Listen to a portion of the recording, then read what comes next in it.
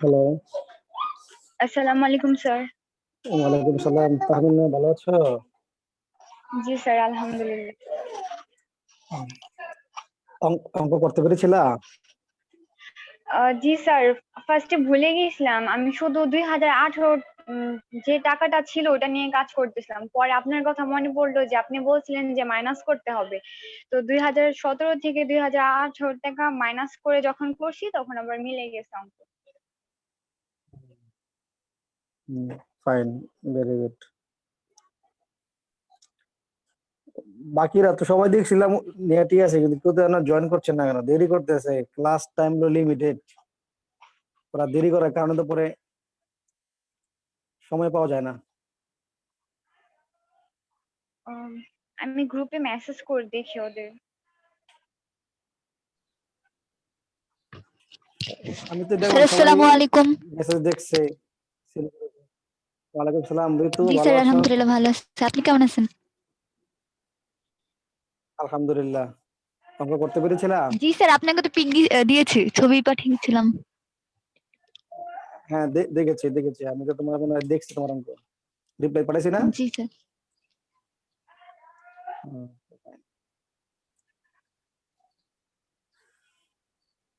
এখন বলো, প্রতিদিন ক্লাসে জয়েন করতে সবাই লেট করে, এত করে তো। স্যার, আমার একটা কোশ্চেন সময়টা ছিল যে লাস্টের যে হয়তো আর কি গ ই নাম্বারে হয়ে যায়। প্রারম্ভিকটা আমরা যোগ করছি, এটা কেন যোগ করতে হবে?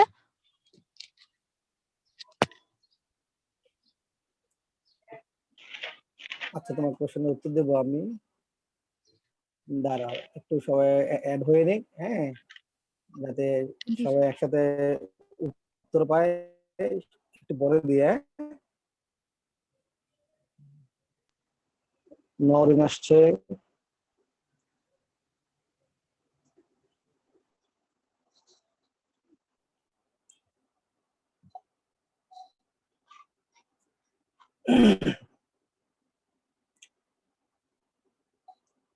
নরিন, তুমি অঙ্ক করেছিলা? জি স্যার, করছি। পারছো না পারো নাই? পারছি স্যার, অনেক কষ্টে। দেখ, কষ্ট করে পারলে মনে থাকবে, এটা তো ভালো। ফারহানা, হ্যাঁ, কষ্ট করলে কি একটু মিলে। দেরি কেন? হ্যাঁ, এবং সেটা অনেকদিন মনে থাকে।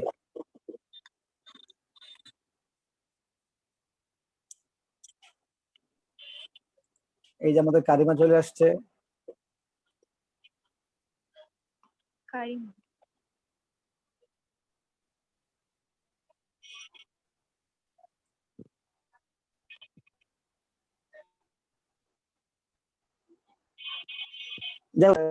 যারা আসছো তাহলে আমরা কাজ শুরু করে দিচ্ছি। খেয়াল করে শোনো।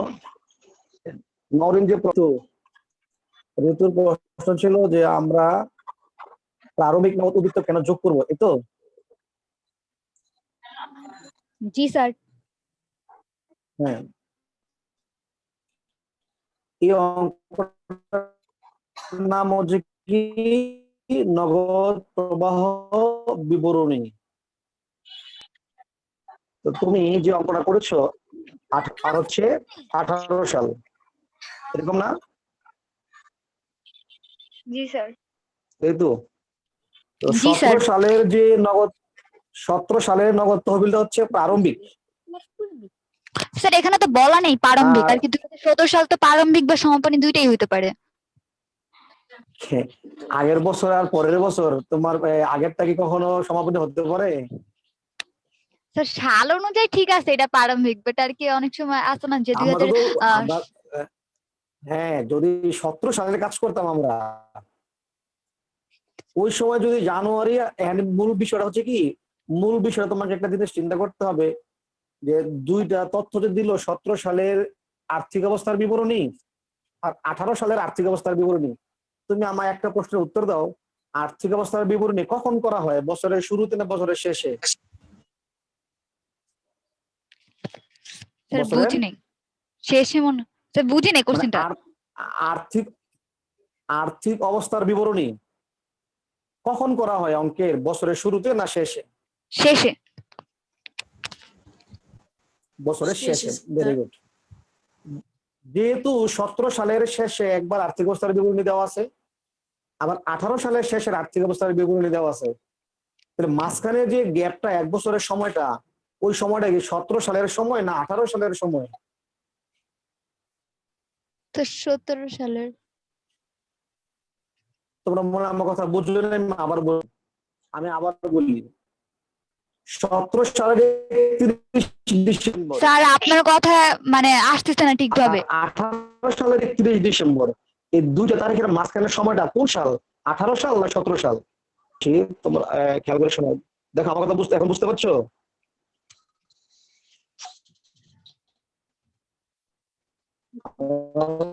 বুঝতে পারছো?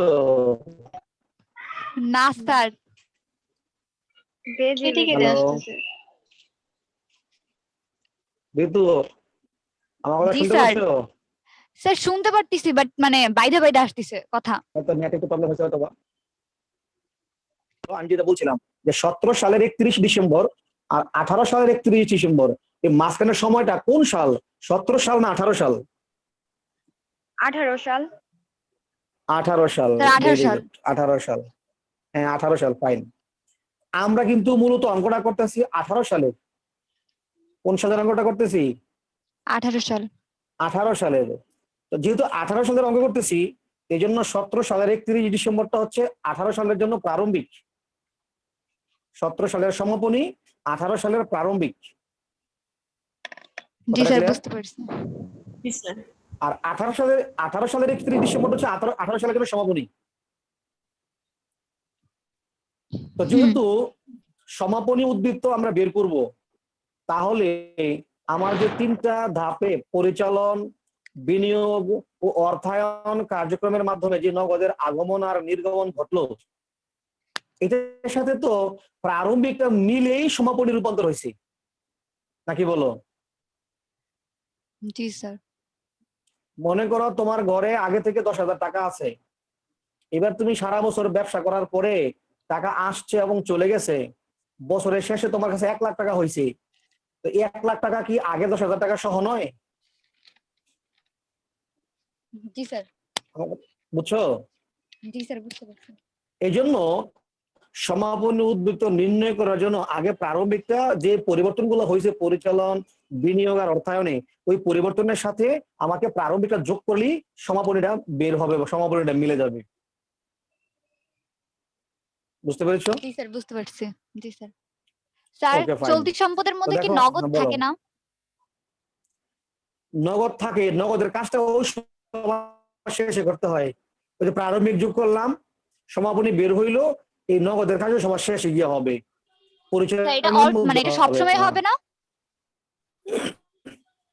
ঠিক আছে, এরকম হবে সবসময়। জি স্যার। তো দেখো, আজকে তোমাদেরকে আমি যে অঙ্কটা দেখাবো, এটাও 2 সালের অঙ্ক।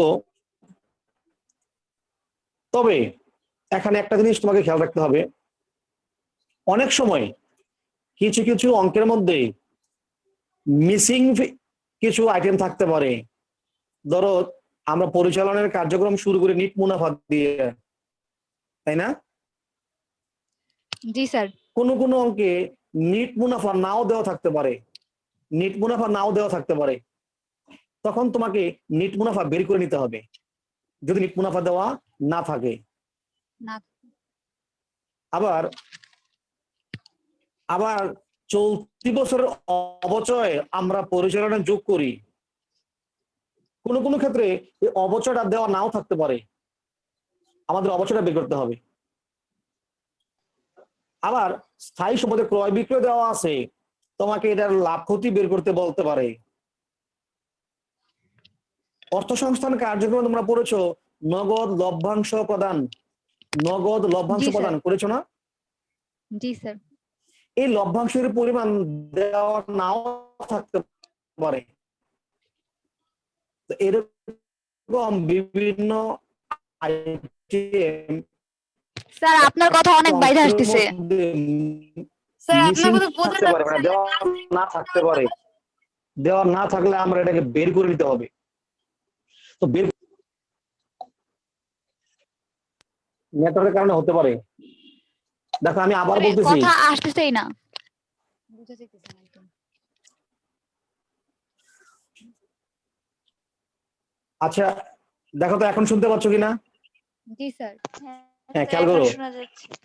আমি বলতেছি একটা অঙ্কের মধ্যে নিট লাভ, অবচয়, লভ্যাংশ প্রদান, সম্পদ বিক্রয়ের লাভ বা ক্ষতি, এই আইটেমগুলো যে কোনো একটা বা দুইটা না দেওয়া থাকতে পারে, মিসিং থাকতে পারে। তখন তোমাকে এটা বের করে নিতে হবে। এটা বের করার জন্য দেখো আমি তোমাদের যে সামনে চারটা সূত্র মানে ফর্মুলা বা শক আমি তোমাদের সামনে লিখে দিয়েছি। দেখো ডিসপ্লেতে দেখতে পাচ্ছ? জি স্যার। এখানে যদি চলতি বছরের অবচয় দেওয়া না থাকে তাহলে তুমি এই সূত্রে অবচয়টা বের করবা। প্রথমে লিখবা সমাপনী পুঞ্জীভূত অবচয়। সমাপনী পুঞ্জীভূত অবচয় মানে হচ্ছে যেটা 18 সালের শেষে জি স্যার, বুঝতে পারছি। যোগ করবা যে সম্পদটা বিক্রি করা হয়েছে তার পুঞ্জীভূত অবচয় যোগ করবা। যে সম্পদটা বিক্রি করা হলো তার পুঞ্জীভূত অবচয় যোগ করবা। যোগ করে প্রারম্ভিক পুঞ্জীভূত অবচয় মাইনাস করে দিবা। তাহলে তোমার চলতি বছরের অবচয় বের হয়ে যাবে।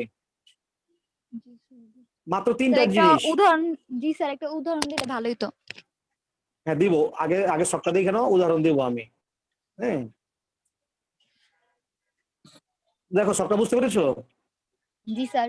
উদাহরণ মনে করো 17 সালে পুঞ্জীভূত অবচয় আছে 20,000 টাকা, হুম। আর 18 সালে অবচয় আছে মনে করো 18,000 টাকা। তোমরা খাতায় নোট করে লিখো, আমার কথা লিখে নাও। 17 জি সালের স্যার, অবচয় বলেন। কত বলছি? 20,000। আর 18 সালের অবচয় বললাম কত? 18,000। বলো আমাকে প্রারম্ভিক কোনটা সমাপনী কোনটা? স্যার সমাপনী হলো 18,000। 18,000। এবার একটা কথা বলি, খেয়াল করে শোনো। একটি যন্ত্রপাতি বিক্রি করা হয়েছে 8,000 টাকা। স্যার এটা কি যার সমন্বয় বলা থাকবে? সমন্বয়ে একটি যন্ত্রপাতি বিক্রি করা হলো 8,000 টাকা, যার ক্রয় মূল্য 50,000 টাকা এবং পুঞ্জীভূত অবচয় 35,000 টাকা। পুঞ্জীভূত অবচয় 35,000 টাকা। আচ্ছা তাহলে বলো তো এই যন্ত্রপাতিটার পুস্তক মূল্য কত? স্যার ক্রয় মূল্য তো 50,000, এটাই তো পুস্তক মূল্য না? না কেন, পুস্তক মূল্যের সূত্র তোমাদের আমি বলে দিয়েছি তো, আগে ক্লাসে বলেছি পুস্তক মূল্যের সূত্র। ক্রয় মূল্য মনে নেই। মাইনাস পুঞ্জীভূত অবচয়। ক্রয় স্যার মূল্য 15,000 টাকা। 15,000 টাকা। Very good. পুস্তক মূল্য হচ্ছে কত টাকা? 15,000 টাকা। 15,000 টাকা। এটা বিক্রি করলাম কয় টাকা? 8,000। 8,000 তাহলে লাভ টাকা। হইলো, তাহলে লাভ হইলো না ক্ষতি হইলো? ক্ষতি হইলো 7,000 টাকা। ক্ষতি হইলো স্যার কত? প্রথম থেকে একটু আরেকটু বুঝান না স্যার, ওই যে আর কি য- পুস্তক মূল্য যে বের মানে করব। পুস্তক মূল্য বের করার সূত্র হচ্ছে যেটা বিক্রি করলো ওইটার ক্রয় মূল্য মাইনাস ওইটার পুঞ্জীভূত অবচয়। ক্রয় মূল্য মাইনাস পুঞ্জীভূত অবচয়, তাইলে বের হইলো পুস্তক মূল্য। জি স্যার। ঠিক আছে? জি স্যার। পুস্তক মূল্য থেকে মাইনাস করবো বিক্রয় মূল্য। তো বিক্রয় মূল্য যদি বেশি হয় তাহলে লাভ হবে, আর বিক্রয় মূল্য কম হলে ক্ষতি হবে। ঠিক আছে? জি কথা স্যার। বুঝছো না বুঝো নি? স্যার বুঝতে পারছি। কেউ না বুঝলাম বলো, সবাই বুঝছো? স্যার বিক্রয় মূল্য বেশি হলে লাভ হবে। লাভ হবে, হ্যাঁ। 10 টাকার জিনিস 12 টাকায় বেচতে লাভ হবে না? হ্যাঁ হ্যাঁ হ্যাঁ স্যার বুঝতে পারছি। বিক্রয় মূল্য বেশি হলে লাভ হবে, আর বিক্রয় মূল্য কম হলে ক্ষতি হবে। ঠিক আছে কি? জি স্যার। জি স্যার। তাহলে আমাকে এনে বলো যে এটা বিক্রি করলাম এই সম্পদের পুঞ্জীভূত অবচয় কয় টাকা বলছি আমি? 35,000 টাকা। হ্যাঁ ঠিক আছে, তো তোমাকে স্যার। যদি এই অঙ্ক থেকে বলা হয় চলতি বছর অবচয় বের করো, তখন তুমি লিখবা সমাপনী পুঞ্জীভূত অবচয়, যেটা বলছে 18,000 টাকা। হুম, সমাপনী স্যার। পুঞ্জীভূত অবচয় কয় টাকা? 18,000 টাকা। যোগ বিকৃত সম্পদের পুঞ্জীভূত অবচয় 35,000 টাকা, যেটা বললাম এখন। ঠিক আছে, জি স্যার, স্যার। বিকৃত সম্পদের পুঞ্জীভূত অবচয় কি বলছিলেন দেওয়া থাকবে নাকি কোন দিকে বের করতে হবে? সমন্বয় দেওয়া থাকবে, সমন্বয় দেওয়া থাকবে, না থাকলে বের করার মতো তথ্য দেওয়া থাকবে সমন্বয়ে। স্যার বের করার মতো তথ্য বলতে কি কি থাকবে? মনে করো বলা আছে এটা ক্রয় মূল্য 50,000 টাকা, পুস্তক মূল্য 15,000 টাকা। ক্রয় মূল্য 50, পুস্তক মূল্য কত? 15,000। 15। আচ্ছা বলো পুস্তক মূল্য কেমনে বের করেছি? স্যার পুস্তক মূল্য হলো ক্রয় মূল্য থেকে পুঞ্জীভূত অবচয় বাদ দিছে। পুস্তক মূল্য বের করেছে। পুঞ্জীভূত অপচয়। আর এবার যদি ক্রয় মূল্য থেকে পুস্তক মূল্য বাদ দিই তাহলে কি বের হবে? পুঞ্জীভূত অপচয়। পুঞ্জীভূত অবচয়। মানে ক্রয় মূল্য থেকে পুঞ্জীভূত অবচয় মাইনাস করলে বের হয় পুস্তক মূল্য, জি আর স্যার ক্রয় বুঝতে মূল্য পারছি। থেকে যদি পুস্তক মূল্য মাইনাস করে বের হবে পুঞ্জীভূত অবচয়। ঠিক আছে, স্যার আর এইটার নামই আর কি বিকৃত সম্পদ মানে পুঞ্জীভূত অবচয়, এটাই হলো মানে just অবচয়, বিকৃত এটা কথা। পুঞ্জীভূত অবচয়। হ্যাঁ, তাহলে এই বিকৃত সম্পদের পুঞ্জীভূত অবচয় সব 18,000 টাকা যোগ করব, যোগ করে মাইনাস করব প্রারম্ভিক পুঞ্জীভূত অবচয়। প্রারম্ভিক কত বলছিলাম? 20,000। 20,000 টাকা। এটা মাইনাস করলে যেটা বের হবে তার নামই হলো চলতি বছরের অবচয়। জি স্যার বুঝতে পারছি। বুঝছো? ফাইন, ওকে। এবার আসো, যদি নিট মুনাফা দেওয়া না থাকে, চলতি বছরের নিট মুনাফা দেওয়া না থাকে, তাহলে লিখবো সংরক্ষিত আয়ের সমাপনী উদ্বৃত্ত যোগ করব লভ্যাংশ প্রদান, নগদ লভ্যাংশ যেটা দেওয়া থাকে লভ্যাংশ প্রদান যোগ করব, আর মাইনাস করব সংরক্ষিত আয়ের প্রারম্ভিক উদ্বৃত্ত। সংরক্ষিত আয়ের নাম হচ্ছে, আরেকটা নাম আছে রক্ষিত আয়। দেখবা লেখা আছে আর্থিক অবস্থার বিবরণীতে রক্ষিত আয় লেখা থাকে। ঠিক আছে, কারো কোনো প্রশ্ন থাকলে আমায় বলো। তাহলে স্যার সংরক্ষিত এটা আয়ের আরেকবার একটু বুঝায় দেন। তুমি দেখবা আর্থিক অবস্থার বিবরণীর দায় পাশে নিচে লেখা থাকে রক্ষিত আয় বা সংরক্ষিত আয়। জি স্যার। তো এটার সমাপনী উদ্বৃত্তের সাথে সমনে যে লেখা আছে লভ্যাংশ প্রদান, এটা যোগ করবা। লভ্যাংশ প্রদান যোগ করলে যে টাকাটা বের হবে ওইটা থেকে প্রারম্ভিক উদ্বৃত্তটা মাইনাস করবা, সংরক্ষিত আয়ের প্রারম্ভিক উদ্বৃত্তটা মাইনাস করে জি দিবা। স্যার বুঝতে পারছি। তাহলে কি বের হবে? নিট মুনাফা। নেট মুনাফা।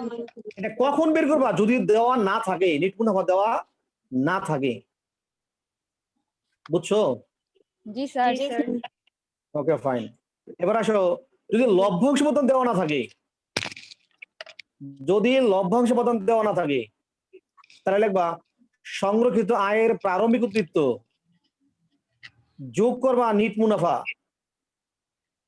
এটা তো করছি। বাদ দিবা সংরক্ষিত আয়ের সমাপনী উদ্বৃত্ত, তাহলে পেয়ে যাবা লভ্যাংশ প্রদান। স্যার সংরক্ষিত আর আরেকটা নাম অবন্টিত মুনাফা না? হ্যাঁ, অবন্টিত মুনাফা, আবার রক্ষিত আয়, রক্ষিত আয় অথবা অবন্টিত মুনাফা। ঠিক আছে এটা? জি স্যার। Okay fine. আচ্ছা হ্যাঁ স্যার, দেখো, যদি এগুলো কি এই যে এই ছকগুলা যে কখন কোনটা বের করতে হবে যদি কিছু না দেয়া থাকে, এটা কি বইতে পাওয়া যদি যাবে না? হ্যাঁ পাওয়া যাবে, পাওয়া যাবে। আচ্ছা স্যার। তোমাদের আমি এগুলো তো তোমাদের স্লাইডগুলো তোমাদেরকে আমি দিয়েও দিব তোমাদের গ্রুপে। হ্যাঁ, আগে জি, বুঝে নাও, বুঝলে বুঝার পরে না তুমি পাইলে বুঝবা, নাহলে তো বই পড়া পারবো সহজ লাগবে না। এবার দেখো, স্থায়ী সম্পদ বিক্রয়ের লাভ ক্ষতি নির্ণয় তো মুখে মুখে বলেছি তোমাদেরকে আমি। বিক্রিত সম্পদের ক্রয় মূল্য মাইনাস পুঞ্জীভূত অপচয়, তাহলে বের হবে পুস্তক মূল্য মাইনাস বিক্রয় মূল্য, তাহলে হয় লাভ হবে না হয় ক্ষতি হবে। সেটা তো বলেছি একটু আগে, তাই না? জি স্যার। জি স্যার। তাহলে সবগুলো বুঝতে পেরেছো? জি স্যার। তাহলে দেখো, এবার আমি তোমাদের অঙ্কটা দেখাই। একটা অঙ্ক তোমাদের আমি দিয়েছি এখানে, বলেছি এখানে আজিমপুর লিমিটেডের 31 ডিসেম্বর 18 এবং 19 সালের আর্থিক অবস্থার বিবরণী দেওয়া আছে। নগদ লেখা আছে, প্রাপ্য হিসাব, মজুত পণ্য, ভূমি। দেখো ভূমি 18 সালে 1,60,000, 19 সালে 1,60,000, তাহলে ক্রয় বা বিক্রয় কত হয়েছে এখানে? স্যার কিছুই তো হয়নি। কিছুই হয় নাই। এখানে ক্রয় হয় নাই, ক্রয় হয় নাই, বিক্রয় হয় নাই। বিক্রয় হয় নাই, অতএব এটা কোথাও আসবে না। এটা বিনিয়োগ কার্যক্রমে কোথাও যাবে না। যন্ত্রপাতি লেখা আছে 3,20,000, 18 সালে আবার কিছুই একটু ছিল বলেন না। স্যার, কথা শুনতে পারি নাই স্যার, আবার একটু বলেন। হ্যাঁ আবার বলছি, ভূমি দেখো আগেও আছে 1,60,000, পরেও আছে 1,60,000, তার মানে হ্রাসও পায় নাই, বৃদ্ধিও পায় নাই। সুতরাং এটা ক্রয়ও হয় নাই, বিক্রয়ও হয় নাই, এটা বিনিয়োগ কার্যক্রমে আসবে না। বুঝছো? জি স্যার। যন্ত্রপাতি 18 সালে ছিল না, 19 সালে আছে 3,20,000 টাকা। স্যার মাইনাস হবে। মাইনাস হবে, কত মাইনাস হবে আমরা পরে সিদ্ধান্ত নেবো, এটা দেখে আমরা বুঝতে পারবো না, আমরা পরে সিদ্ধান্ত নেবো কত মাইনাস হবে। জি স্যার। এরপর দেখো দায় পাশে আছে প্রদেয় হিসাব 1,60,000, 1,58,000, 2,000 টাকা হ্রাস পেয়েছে, মাইনাস হবে। প্রদেয় বন্ড আগে ছিলই না, পরে আছে, তার মানে প্রদেয় বন্ড নতুন করে নেওয়া হয়েছে, ঋণ নেওয়া হয়েছে, ঋণ নিলে প্লাস হবে। জি স্যার। শেয়ার মূলধন 6 লাখ টাকা ছিল, এখন 6 লাখ টাকা এটা আছে, আসবে কোনো না হ্রাস তো। বৃদ্ধি হয়নি, এটা আসবে না। আর সংরক্ষিত আয় এটা আমাদের ওই যে লভ্যাংশের জন্য কাজে লাগবে বা নিট লাভের জন্য কাজে লাগবে। জি স্যার। দেখো এখানে অন্যান্য তথ্য বলে আছে, নগদ লভ্যাংশ প্রদান 64,000 টাকা দেওয়া আছে, লভ্যাংশ প্রদান দেওয়া আছে, বের করার কোনো প্রয়োজন নেই। নিট লাভ দেওয়া আছে 1,68,000 টাকা, এটাও বের করার কোনো প্রয়োজন নাই। এই সমন্বয়টা খেয়াল করে শোনো, একটা যন্ত্রপাতি বিক্রি করা হয়েছে 34,000 টাকা, যার ক্রয় মূল্য 40,000 টাকা, আর পুস্তক মূল্য 36,000 টাকা। খুব খেয়াল করে শোনো, একটি যন্ত্রপাতি বিক্রি করা হয়েছে 34,000 টাকা, যার ক্রয় মূল্য 40,000 টাকা, আর পুস্তক মূল্য 36,000 টাকা। তোমাদের কাছে আমার প্রশ্ন, এটার পুঞ্জীভূত অবচয় কয় টাকা? স্যার 6,000। পুঞ্জীভূত অবচয় 6,000। মাইনাস করে বলো, তোমার ক্যালকুলেটর হাতে নিয়ে বসবা ক্লাসে।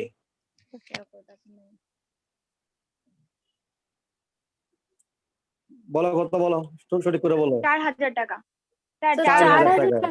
টাকা। হ্যাঁ 4,000 টাকা, ভেরি গুড, 4,000 টাকা। এটা পুঞ্জীভূত অবচয় কয় টাকা?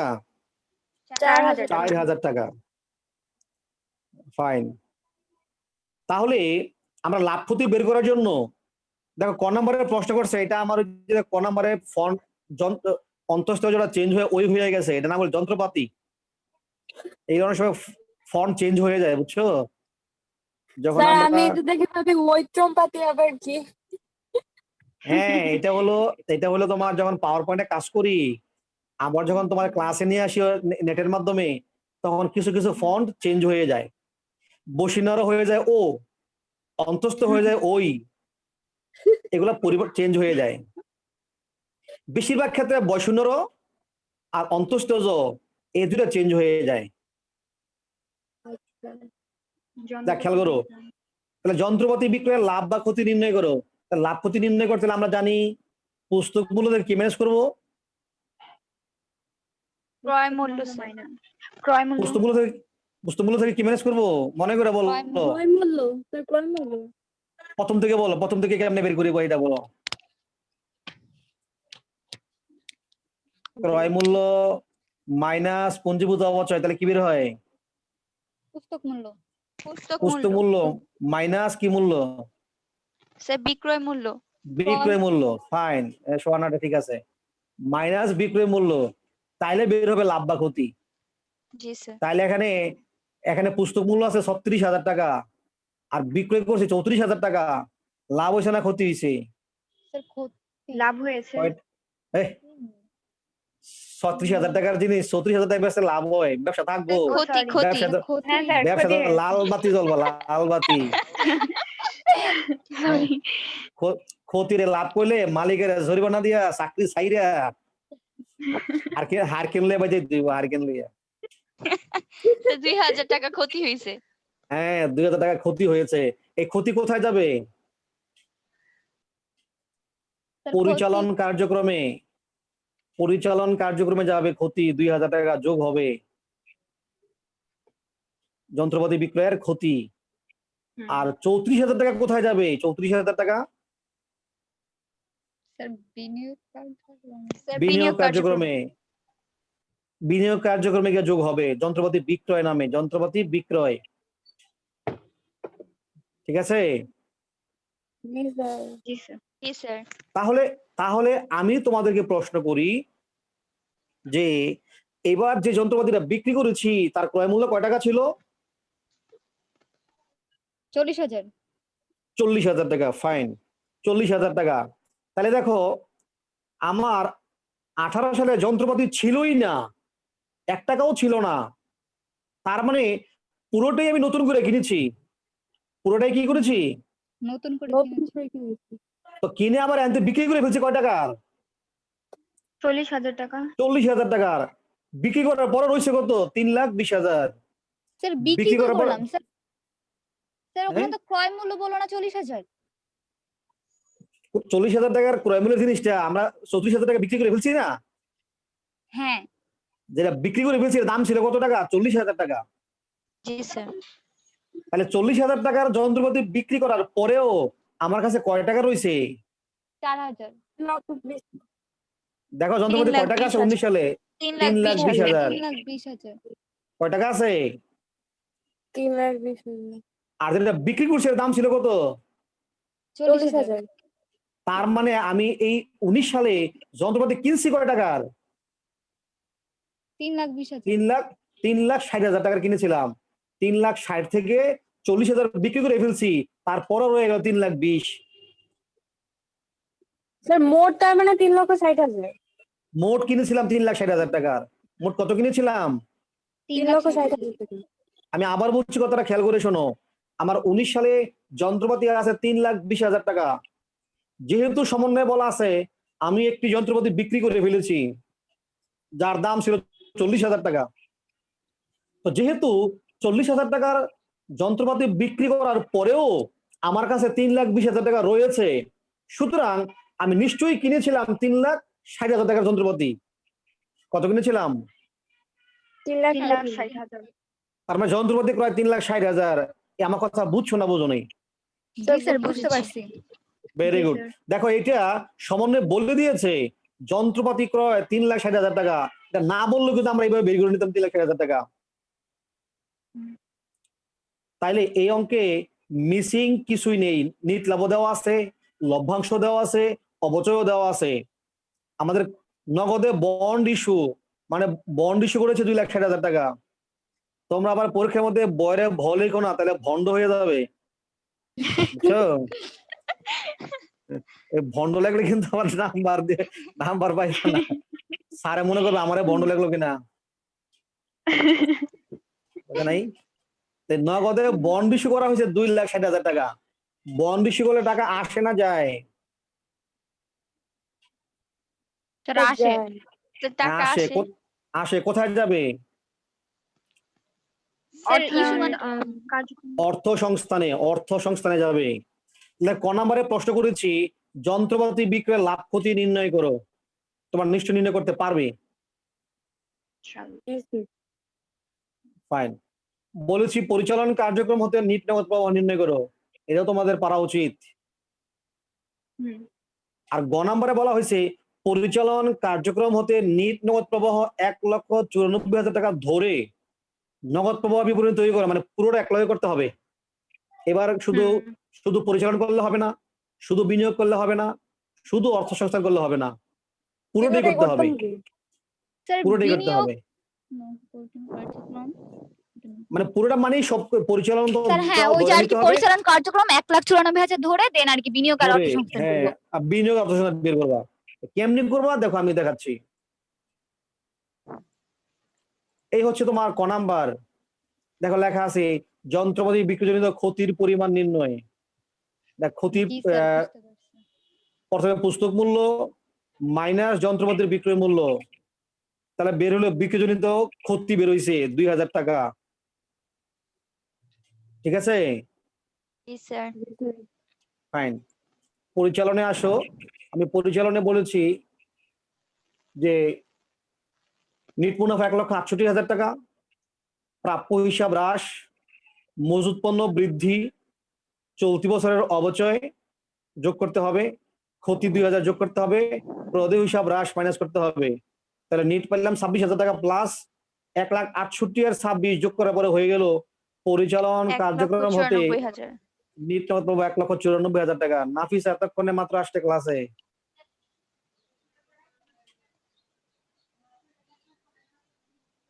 হ্যাঁ নাফিসা জয়েন করেছো? হ্যালো নাফিসা। এখন হ্যাঁ স্যার স্যার আমার জয়েন Yes, নেট না। হয়েছে। স্যার আসসালামু আলাইকুম। ওয়ালাইকুম সালাম। কয় মিনিট আছে ক্লাসের বাকি আর? স্যার 10 আমার মিনিট। নেট স্যার আমার নেট অনেক প্রবলেম দিচ্ছে, তার জন্য আমি তোমার করতে নেটের পারিনি। আগেই ভালো করে খাওয়াই দাওয়াইয়া মজবুত করে রাখবা। তো ঠিক ছিল এতক্ষণে, এখনই প্রবলেম দেখা যাচ্ছে। ফার্মের মুরগি হবে, ফার্মের মুরগি খাইলে তুমি মোটা তাজা হয়। আর পাঙ্গাস মাছ, ঠিক আছে? আচ্ছা আচ্ছা, খাওয়াবো না। ইয়াস না, ইয়াস না, শুনতে পাচ্ছ আমাকে? ইয়াসনা তো নেই। এই মাত্র আসছে, আজ থাকবে কিনা, মাত্র আইছে। স্যার ইয়াসটা নেই তো। এখন তো এখনো আমি অ্যাড আসেনি। করলাম তারে, আইসা স্যার করে এটা রিকোয়েস্ট আমি করে বলতে হয়। স্যার এটা হ্যাঁ? আমি অ্যাড হইছি মাত্র। তুমি হইছো, স্যার ও ইয়াস হয়তো না অ্যাড হইছে, হয় নাই। দুইজনেই সে হইছে। হ্যাঁ এখন আসছে। হ্যাঁ আসছে ইয়াস না। ইয়াসনা এখন হ্যাঁ আসছে। আসছে। ইয়াস থেকে শুনতে পাচ্ছ আমাকে? কথা কইব না, না সারে কিছু কয়। হ্যাঁ তা খেয়াল করে দেখো, তাহলে পরিচালনা কার্যক্রম গেল। এবার আমাদের গ নাম্বারে বলেছে যে পুরোটা কাজ একটাকে করতে হবে। তাহলে পুরোটা যখন করবা তখন উপরে এরকম শিরোনাম দিবা, লিখবা আজিমপুর কোম্পানি লিমিটেড নগদ প্রবাহ বিবরণী 2019 সালের 31 ডিসেম্বর তারিখে সমাপ্ত বছরের জন্য। পুরোটা করলে এরকম শিরোনাম লিখবা, আর একটা একটা করলে শিরোনাম লেখার দরকার হয় না, ঠিক আছে? জি স্যার। এবার দেখো পরিচালন কার্যক্রম থেকে নিট নগদ পাবো 1,94,000 ধরে নিলাম, দেওয়া আছে অঙ্কে। এবার বিনিয়োগ কার্যক্রম থেকে নগদ প্রবাহ যন্ত্রপাতি বিক্রয় 34,000 টাকা, এটা প্লাস। যন্ত্রপাতি ক্রয় 3,60,000 টাকা, এটা মাইনাস করে আমাদের দেখো বিনিয়োগ কার্যক্রমের নিট নগদ প্রবাহ বের হয়েছে 3,26,000 টাকা মাইনাস। এই নগদ প্রবাহকে বহি প্রবাহ বলা হয়, মাইনাসকে বহি প্রবাহ বলা হয়, আর প্লাস হলে আন্তঃপ্রবাহ বলা হয়। মালিহা তখন আবার আসছে। দেখো অর্থ সংস্থান কার্যক্রম হতে নগদ প্রবাহ, বন্ড ইস্যু করলে এটা প্লাস, বন্ড ইস্যু করলে সেটা প্লাস হয়। আর যদি লভ্যাংশ প্রদান সেটা হলো মাইনাস। দেখো পুরো কাজটা আমি একশোকে করলাম, তোমাদের যদি কোনো কনফিউশন থাকে তাহলে আমায় বলো।